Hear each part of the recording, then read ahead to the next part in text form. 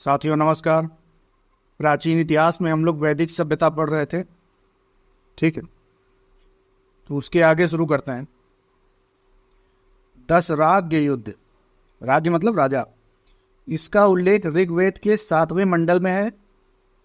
यह परुष्णी या रावी नदी के तट पर लड़ा गया था। ठीक है, किनके बीच हुआ था? भरतवंशी राजा सुदास तथा 10 जनों।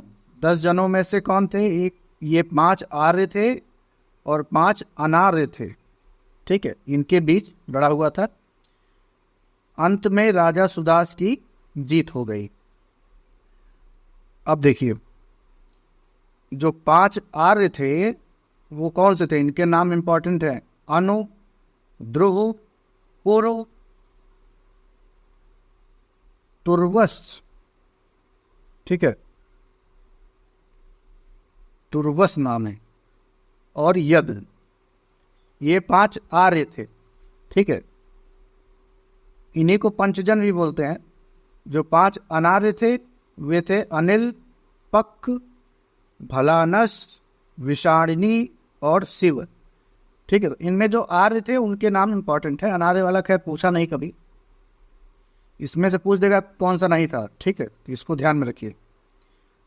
हारने वालों में सबसे प्रमुख थे पुरु। कालांतर में भरतवंश और पुरु जो कबीला था इनके बीच संधि हो गई, तो ये दोनों मिलके कहलाए क्या? कुरु। वही महाभारत वाले। वैदिक कालीन जो प्रमुख पद थे उनके नाम देखिए क्या क्या है। सबसे पहले है पुरोहित। ये धार्मिक कृत्य कराने वाला होता था। ठीक है, ये पूरा वर्ग था। 16 तरह के पुरोहित बताए गए हैं। पुरोहित के बाद है सेनापति, इसके बोलते थे सेनानी। तो जो सेनानी था वो था सेनापति। महिषी, मुख्य रानी। युवराज, राजकुमार। ग्रामणी, गांव का मुखिया। भागदूद, कर इकट्ठा करने वाला, टैक्स कलेक्टर। ठीक है। अक्षावाप, ये पासे के खेल में राजा का जो सहयोगी होता था उसको बोलते थे अक्षावाप। पालागल, विदूषक। 3 और हैं। गोवी कर्तन, जंगल विभाग का जो प्रधान था उसको बोलते थे गोवी कर्तन। वेकनाट, ये सूदखोर होते थे। और व्राजपति, चारागाह या बड़े जत्थे का जो प्रधान होता था उसको बोलते थे व्राजपति। प्रमुख यज्ञों के बारे में जान लीजिए। सबसे महत्वपूर्ण था अश्वमेध यज्ञ, लगभग सब लोग जानते हैं। साम्राज्य विस्तार हेतु घोड़ा छोड़ा जाता था। ठीक है। दूसरा है राजसूय यज्ञ, ये राज्याभिषेक के समय होता था। वाजपेय यज्ञ, शक्ति प्रदर्शन हेतु रथ दौड़, इसमें राजा का रथ जो था बाकी से आगे निकाला जाता था। ठीक है। अच्छा हाँ, एक और चीज है, ये इस तरह के जो रथ दौड़ है ये यूनान में भी प्रचलित थी। ठीक, इन्हीं सब से अंदाजा लगाया जाता है कि आर्य लोग कहाँ से आए थे। ठीक है, उनका मूल स्थान कहाँ था। इस तरह के जो चीजें मिली हैं, क्योंकि वहां भी रथ के पहिए वगैरह खुदाई में मिलते थे। ठीक है, काकेशस क्षेत्र से भी मिले हैं, रूस से भी मिले हैं। तो बड़ा कंफ्यूजन है कि आर्य थे कहाँ के। जर्मनी वाले अलग अपने आप को आर्य मानते हैं। अग्निष्टोम यज्ञ, ये क्या है? पाप के नाश करने हेतु स्वर्ग ले जाता है अग्निष्टोम। सौत्रामण यज्ञ, यज्ञ में पशु व सुरा की आहुति दी जाती थी। और 6वां है पुरुष मेध यज्ञ, ये राजनीतिक वर्चस्व के लिए स्वस्थ तथा विद्वान पुरुष की बलि दी जाती थी। बताइए। ठीक है, अब कुछ इंपॉर्टेंट फैक्ट हैं उनको देखिए। तमसो मां ज्योतिर्गमय, ये कहाँ से मिला है? तो ये लिया गया है बृहदारण्यक उपनिषद से। सीधा सीधा सवाल आता है। सत्यकाम जाबाल की कथा कहाँ मिलती है? छांदोग्य उपनिषद में। जीविकोपार्जन हेतु वेद वेदांत पढ़ाने वाला उपाध्याय, ये हिंदी में भी आएगा, जीएस में भी आएगा। ठीक, अब चारों वेद हैं, उनके पुरोहित कौन कौन से हैं? ऋग्वेद के पुरोहित होते हैं होत्र, यजुर्वेद अध्वर्यु, सामवेद ये तो गीत गायन वाला है ही, तो ये उद्गाता हो जाएगा, ठीक है। यहाँ गाता है तो समझ लीजिए सामवेद। और अथर्ववेद के है ब्रह्म। भूमि माता है और मैं उसका पुत्र हूं, ये अथर्ववेद के पृथ्वी सूक्त में मिलती है। यह जो कथन है अथर्ववेद में मिलता है पृथ्वी सूक्त में। अब उपनिषद के बारे में जानिए। ये वेदों के अंतिम भाग हैं, इन्हें वेदांत भी कहते हैं। उपनिषदों की कुल संख्या 108। 108 की माला भी होती है, ठीक है। दार्शनिक विचार मिलते हैं इसमें। तो उपनिषद जो पुस्तकें हैं उनमें मुख्यतः कौन से विचार हैं? दार्शनिक विचार, मोक्ष आदि का वर्णन। अहम ब्रह्मास्मि बृहदारण्यक उपनिषद से लिया। भक्ति शब्द का उल्लेख सर्वप्रथम कहाँ आया है? श्वेताश्वर उपनिषद में।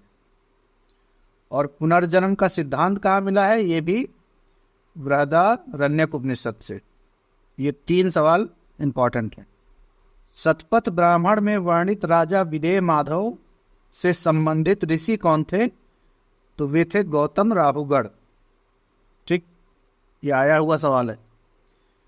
पूर्व वैदिक आर्यों का धर्म प्रमुखता था यज्ञ और प्रकृति पूजा। यज्ञ करते थे और प्रकृति की पूजा करते थे।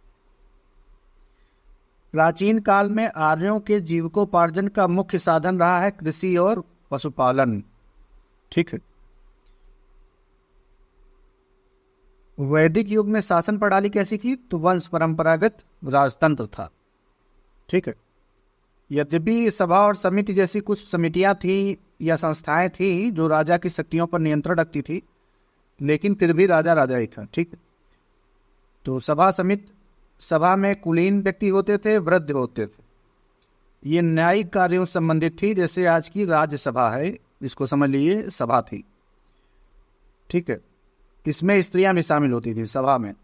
समिति क्या थी? आम आदमियों का प्रतिनिधित्व करती थी, जैसे लोकसभा, ठीक है। इसके प्रमुख को बोलते थे ईशान। समझ लीजिए, समिति का जो प्रमुख था उसको ईशान कहते हैं। अथर्ववेद में सभा और समिति को प्रजापति की 2 पुत्रियां कहा गया है। प्रजापति सृजन के देवता भी हैं, ठीक है। ये उत्तर वैदिक काल में जाके सबसे प्रमुख देवता बनेंगे, भी बताते हैं आगे। महिलाएं सभा एवं विदत में भाग लेती थीं। तो विदत क्या थी? आर्यों की सबसे प्रारंभिक मतलब संस्था थी विदत, ठीक। ऋग्वैदिक धर्म कैसा था? बहुदेववादी। लेकिन बहुदेववादी होने के साथ साथ ये लोग एक ईश्वरवाद में भी विश्वास करते थे। तो अगर ये कथन आ जाए तो ये भी सही है, ठीक है। सर्वाधिक ऋग्वैदिक सूक्त जो है समर्पित किसको है? पहले पे इंद्र है 250 और दूसरे पे अग्नि है 200। कुल मिला के ये कहना है कि सबसे महत्वपूर्ण जो देवता थे वो पहले इंद्र थे और दूसरे नंबर पे अग्नि है। लेकिन जैसे उत्तर वैदिक काल आएगा इन दोनों लोगों का महत्व घट जाएगा। इंद्र कैसे देवता है? युद्ध व वर्षा के देवता। समझ लीजिए थॉर। मार्वेल वाली जो पिक्चरें आती हैं, आप में से जो लोग देखते होंगे, तो उसका थार समझ लीजिए, ठीक है। थॉर पुरभित किला भेदने वाला इंद्र को बोला गया है। पुरंधर। सोमापा अत्यधिक सोमपान करने वाला। थॉर भी बहुत शराब पीता था, ठीक है। लौह धातु के प्रचलन का प्राचीनतम प्रमाण हमें कहाँ से मिलता है? अतरंजी खेड़ा से, ठीक। अतरंजी खेड़ा से लौह धातुमल और धातु शोधन में प्रयुक्त होने वाली भट्टियां मिली। उपनिषद दर्शन पर आधारित पुस्तकें हैं, बता चुके हैं। मोक्ष की चर्चा सर्वप्रथम मिलती है उपनिषदों में। उपनिषदों में भी किसमें? श्वेताश्वर उपनिषद में। नचिकेता और यम का संवाद है कठोपनिषद में। ये सब रिपीटेड सवाल है, इसलिए छोड़ नहीं रहा हूं। वैदिक नदी कुभा ये कहाँ थी? आज के अफगानिस्तान में, ठीक। उपनिषद काल के राजा अश्वपति ये कहाँ के शासक थे? केकय के। जनक जो थे वो विदेह के थे। प्रवाहण जाबाली पांचाल के थे। पांचाल मतलब आज का बरेली, फर्रुखाबाद, ठीक है, ये सब क्षेत्र जो है पांचाल में आता है।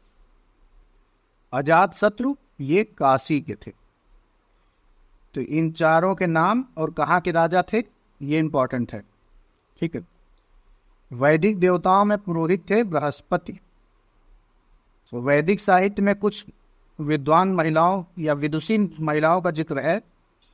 उनमें कौन है? अपाला है, घोषा है, विश्ववारा है, लोपामुद्रा। लोपामुद्रा कौन थी? अगस्त ऋषि की पत्नी है। इन्होंने कुछ वेद मंत्रों की रचना की थी, ठीक है। सीधा सवाल आता है कि वह कौन सी महिला थी जिसने कुछ वैदिक मंत्रों की रचना की? तो उनका उत्तर है लोपामुद्रा, अगस्त ऋषि की पत्नी। आगे चलिए। वैदिक मूल ग्रंथ का अर्थ समझ आए इसके लिए वेदांगों, वेद के अंगभूत शास्त्रों का अध्ययन आवश्यक। वेदांग कितने हैं? 6।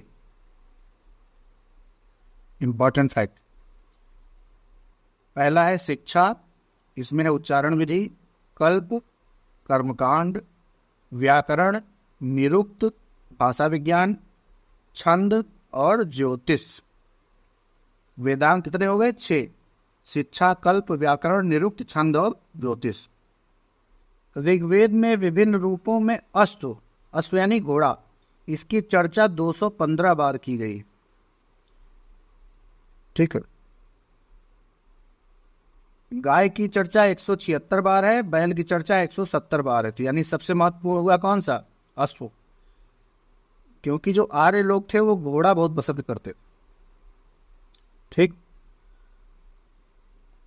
और आप जानते हैं कि घोड़ों की जो सर्वाधिक संख्या मिलती है वो कहाँ मिलती है? नीपर नदी यूरोप और वोल्गा नदी ये रसिया, इसके बीच का जो क्षेत्र है इनमें मिलती है, ठीक है। तो ये 2 नदियां महत्वपूर्ण हैं, इनके बारे में जान लीजिए। नीपर नदी रूस से निकलती है, बेलारूस और यूक्रेन होते हुए काला सागर में गिर जाती है। वोल्गा नदी का उद्गम है व्लाडाई पठार और ये रसिया से होते हुए कैस्पियन सागर में गिरती है, ठीक है।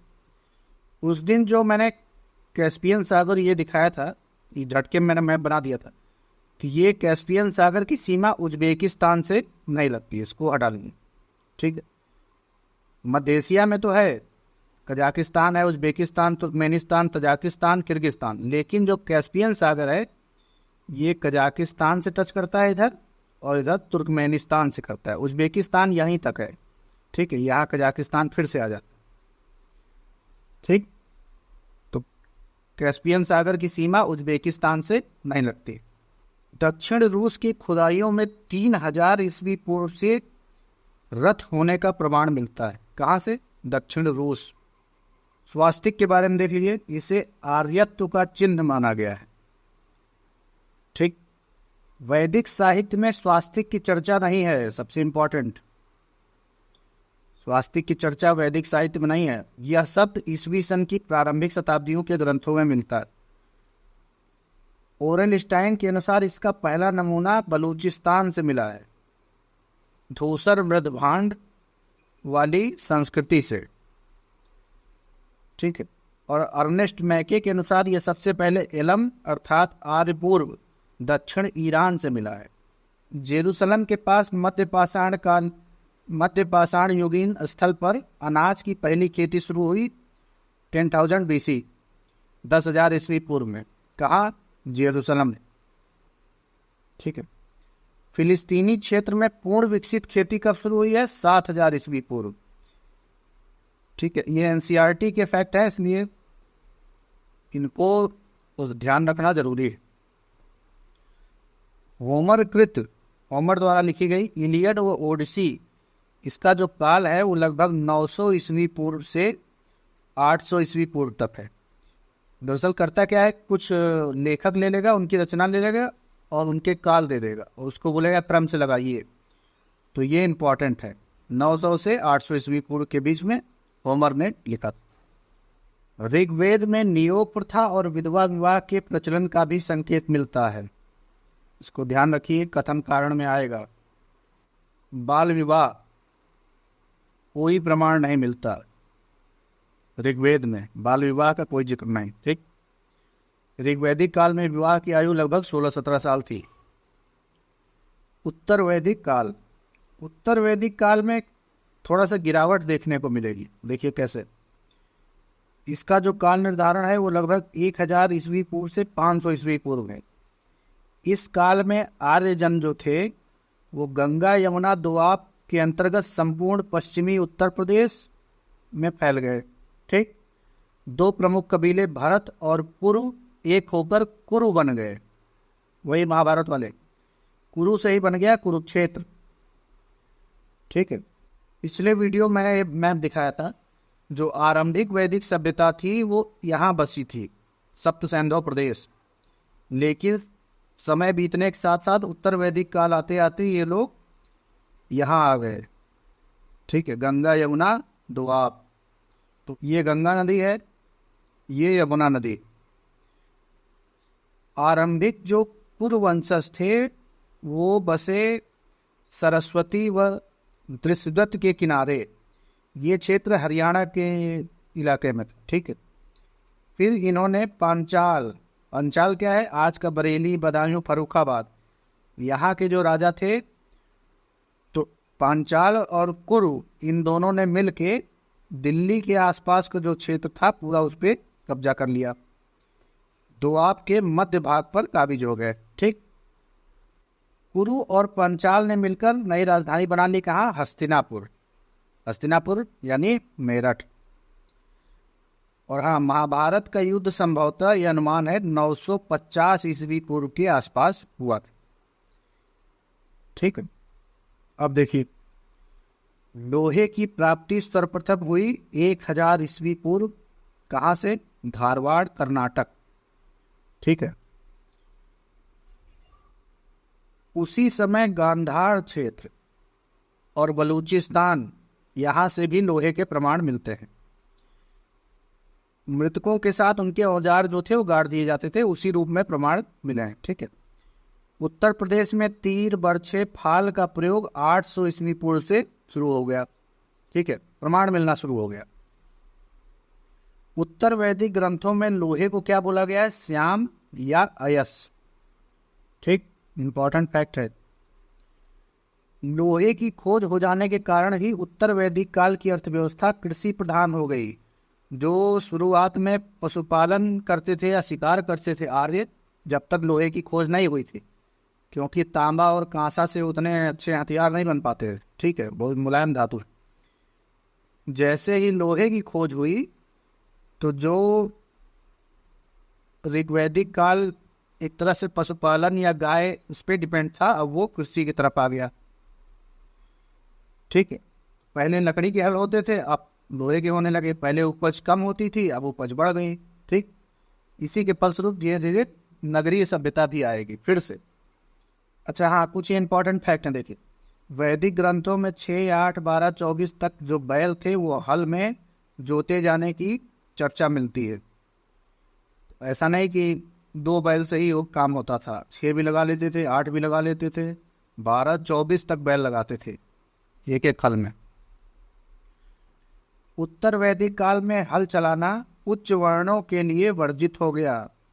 ठीक है, क्षत्रिय, ब्राह्मण ये लोग हल नहीं छूते थे, और यहीं से पतन भी शुरू हुआ है। जौ के साथ साथ चावल, गेहूं का उत्पादन भी प्रारंभ हुआ। जो ऋग्वैदिक आर्य थे केवल जौ उत्पादन करते, केवल जौ से परिचित थे, यव।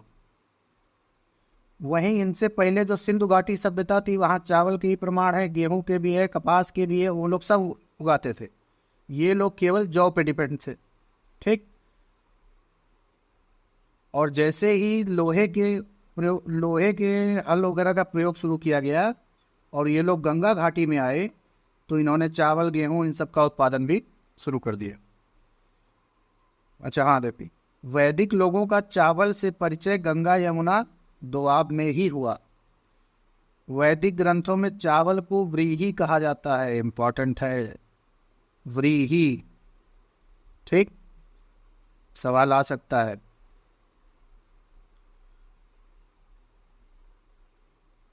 अच्छा, लोहे की खोज के फलस्वरूप क्या हुआ कि बहुत से शिल्पकारों या शिल्पों का भी उदय हुआ, जैसे लोहार, धातुकार।